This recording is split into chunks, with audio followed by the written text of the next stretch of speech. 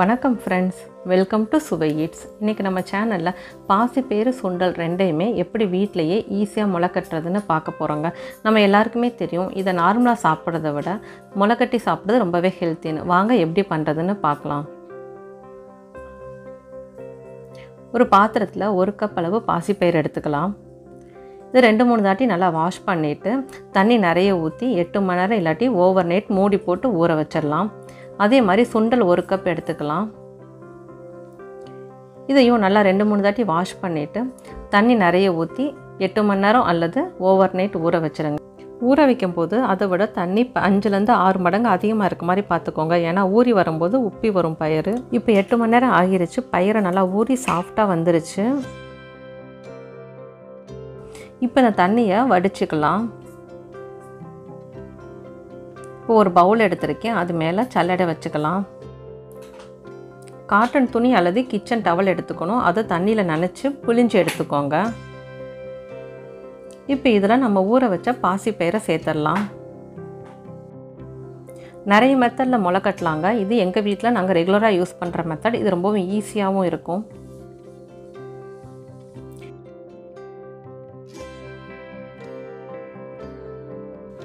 இப்போ எல்லா பயிரையும் போட்டாச்சு. இதை சின்ன மூட்டை மாதிரி கட்டிக்கலாம்.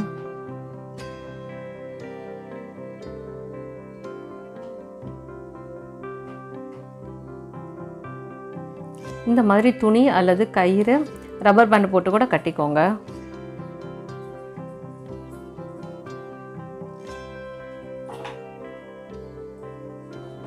இப்போ எக்ஸ்ட்ரா இருக்க தண்ணி கூட நமக்கு அப்படியே வடிஞ்சிரும்.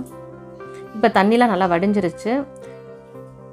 இதை இன்னும் ஒரு சுத்தமான பாத்திரத்தில் வச்சிடலாம்.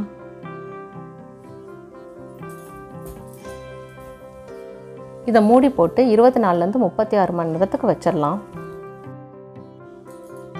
அடுத்து சுண்டல் பார்த்துடலாம். 8 மணி நேரம் ஆகிருச்சு. நல்லா ஊறி வந்துருச்சு பாருங்கள். நல்லா சாஃப்டாக வந்துருச்சு. இப்போ இது தண்ணியெல்லாம் வடிச்சுக்கலாம். ஒரு பவுலில் சல்லடை வச்சுருக்கேன். இதில் ஒரு காட்டன் துணியை தண்ணியில் நனைச்சி நல்லா பிழிஞ்சு எடுத்து அதில் ஸ்ப்ரெட் பண்ணி விட்டுக்கலாம்.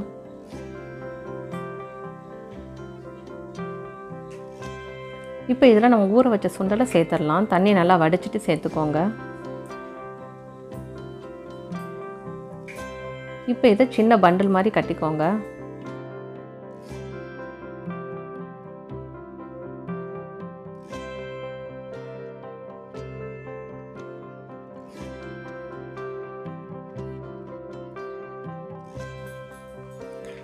இப்போ இதில் எக்ஸ்ட்ரா இருக்க தண்ணியெலாம் வடிஞ்சிரும்.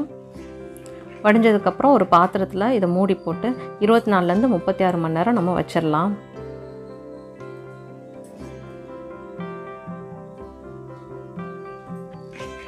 இப்போ 36 மணி நேரம் ஆயிடுச்சு. பார்க்கலாம் எப்படி முளை கட்டி இருக்குன்ட்டு. இப்போ பாசிப்பயிறு நான் எடுக்கிறேன். நல்லா ஸ்ப்ரோட்ஸ் வந்திருக்கு பாருங்கள். துணிக்கு வெளியிலலாம் வந்திருக்கு. இப்போ இதை பிரித்து பார்த்துடலாம்.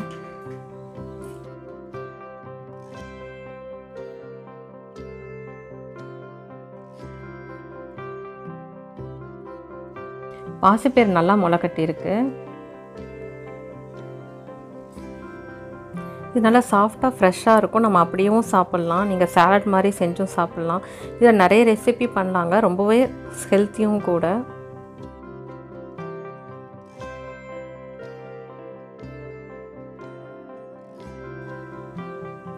இதே மெத்தட்லேயே நீங்கள் எல்லா பயிர் வகைகளையும் முளை கட்டிக்கலாம்.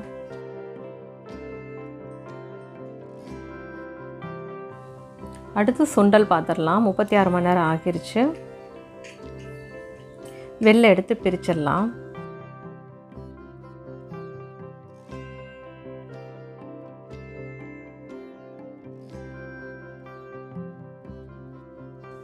சுண்டலும் நல்லா முளை கட்டி இருக்கு.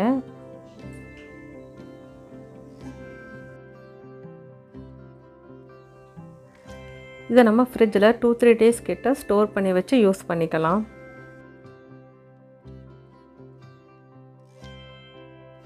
அவ்வளோதாங்க. பயிறு வகைகளை எப்படி முளை கட்டுறதுன்னு பார்த்தோம். நம்ம ஷாப்பில் வாங்கி சாப்பிட்றத விட வீட்டிலையே ஈஸியாக இந்த மாதிரி முளை கட்டி சாப்பிட்றது ரொம்பவே ஹெல்த்தி. கண்டிப்பாக நீங்கள் இதை ட்ரை பண்ணி பாருங்கள். உங்கள் ஃபீட்பேக்கை கமெண்ட்டில் சொல்லுங்கள். நன்றி.